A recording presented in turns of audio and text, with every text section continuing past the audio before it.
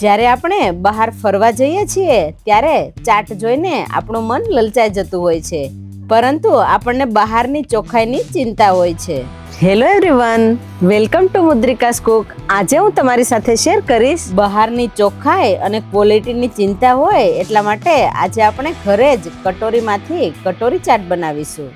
તો તેના માટે સૌથી પહેલા કટોરી બનાવીશું. તો કટોરી બનાવવા માટે મેં અહીંયા 200 ગ્રામ મેંદો લીધો છે. મેંદાને સૌથી પહેલાં ચાળીને લેવાનો છે. મેંદાની જગ્યાએ તમારે અડધો મેંદો અને અડધો ઘઉંનો લોટ લેવો હોય તો તમે લઈ શકો. હવે એની અંદર 4 ચમચી જેટલો રવો ઉમેરીશું, ચપટી અજમો, સ્વાદ અનુસાર મીઠું, મોણ માટે 4 ચમચી તેલ ઉમેરીશું. અહીંયા કટોરી ખસ્તા બને એ માટે થોડું મોણ વધારે ઉમેરવાનું છે. હવે કટોરીને તળતી વખતે એમાં બબલ્સ ન થાય એટલા માટે 1 લીંબુનો રસ ઉમેરવાનો છે અને બધું બરાબર મિક્સ કરી લેવાનું છે. અહીંયા મુઠ્ઠી પડતું મોણ લાગે એ પ્રમાણે તેલ ઉમેરવાનું છે. જરૂર પડે તો વધારે ઉમેરી શકાય. હવે થોડું થોડું પાણી ઉમેરી અને કડક લોટ બાંધી લેવાનો છે. અહીંયા લોટ ઢીલો ન થઈ જાય એનું ખાસ ધ્યાન રાખીશું. જો લોટ ઢીલો થઈ જશે તો કટોરી બનાવતી વખતે આપણી કટોરી છે એ બરાબર નહીં બને. એટલા માટે કડક લોટ બાંધી લઈશું. તો અહીંયા આ રીતનો કડક લોટ બાંધી લીધો છે. હવે લોટને 10 મિનિટ માટે રેસ્ટ આપવાનો છે. તો 10 મિનિટ જેવું થઈ ગયું છે. હવે લોટને ફરીવાર મસળી લઈશું.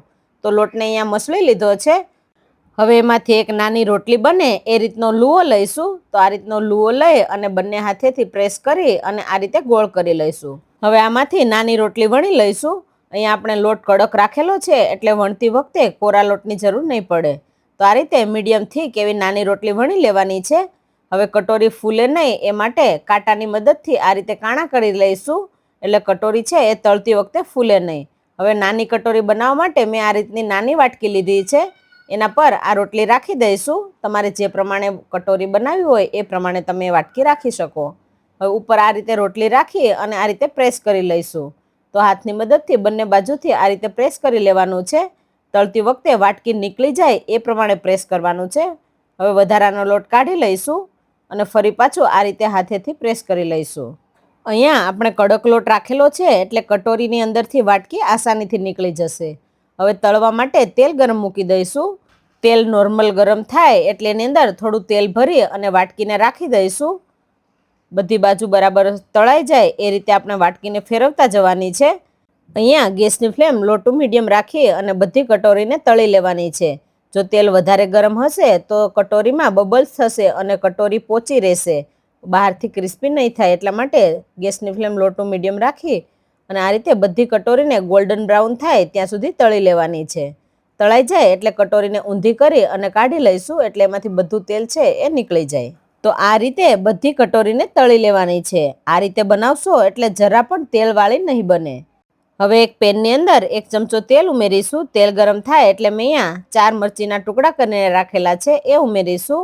અડધી ચમચી આખું જીરું, ચપટી હિંગ. હવે મેં અહીંયા 200 ગ્રામ કાબુલી ચણાને પલાળીને રાખેલા હતા 5 કલાક માટે, એને બાફી લીધા છે એ ઉમેરીશું અને વઘાર સાથે મિક્સ કરી લઈશું. અહીંયા કાબુલી ચણાનો સ્વાદ ચાટની અંદર ખૂબ જ સરસ આવશે. હવે એની અંદર સ્વાદ અનુસાર મીઠું, અડધી ચમચીથી ઓછી હળદર, અડધી ચમચી ધાણા જીરું પાવડર, 1 ચમચી લાલ મરચું. અહીંયા તીખાશ પ્રમાણે તમે મરચું વધારે ઉમેરી શકો. અડધી ચમચી શેકેલા જીરાનો પાવડર. હવે બધા મસાલાને મિક્સ કરી લેવાના છે. મસાલા બરાબર મિક્સ થઈ જાય એટલે થોડા ચણાને આપણે અધકચરા કરી લઈશું. અધકચરા થઈ જાય એટલે ફરી પાછું મિક્સ કરી અને જરૂર પ્રમાણે પાણી ઉમેરવાનું છે. તો અહીંયા તમારે રગડા જેવું ઘાટું બનાવવું હોય તો થોડું પાણી વધારે ઉમેરી શકો. અહીંયા કોરું બનાવું છું એટલા માટે અડધો ગ્લાસ જેટલું પાણી ઉમેરીશું અને મિક્સ કરી લઈશું. પાણી ઉમેરી અને 2 થી 3 મિનિટ ચડવા દેવાનું છે એટલે મસાલો બરાબર પાકી જાય. તો 2 થી 3 મિનિટ જેવું થઈ ગયું છે. હવે ગેસની ફ્લેમ બંધ કરી દઈશું. આપણો છોલે મસાલો બનીને તૈયાર થઈ ગયો છે. હવે કટોરીમાંથી આ રીતે વાટકી કાઢી લઈશું. જો નીકળે નહીં તો થોડીવાર થપથપાવી અને તમે કાઢી શકો. તો અહીંયા હળવા હાથે આ રીતે થપથપાવી અને બધી વાટકીને કાઢી લેવાની છે. તો અહીંયા આપણી બધી કટોરી બનીને તૈયાર થઈ ગઈ છે. તો આ રીતે કટોરીને તમે એકવાર બનાવી અને 15 થી 20 દિવસ સુધી સ્ટોર કરી અને ડબ્બામાં પણ રાખી શકો છો.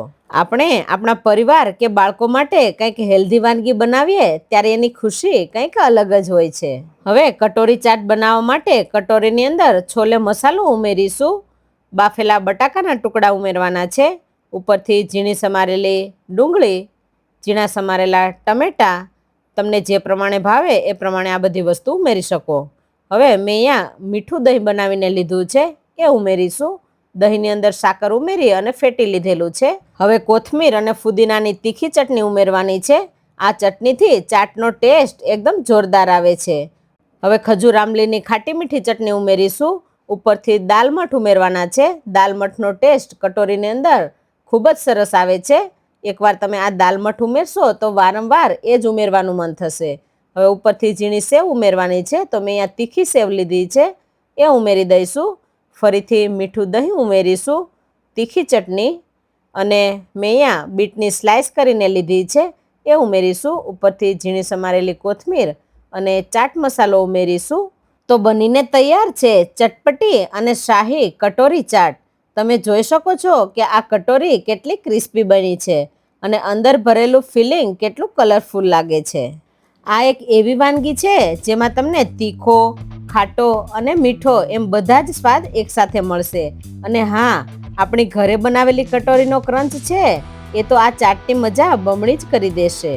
તો તમે પણ ચોક્કસથી ટ્રાય કરજો. તમને અમારી આ રેસીપી પસંદ આવી હોય તો વિડીયોને લાઈક શેર જરૂરથી કરજો. અને આવી નવી નવી રેસીપી જોવા માટે અમારી ચેનલ મુદ્રિકાસ કુકને સબસ્ક્રાઇબ કરવાનું ના ભૂલતા. Thank you.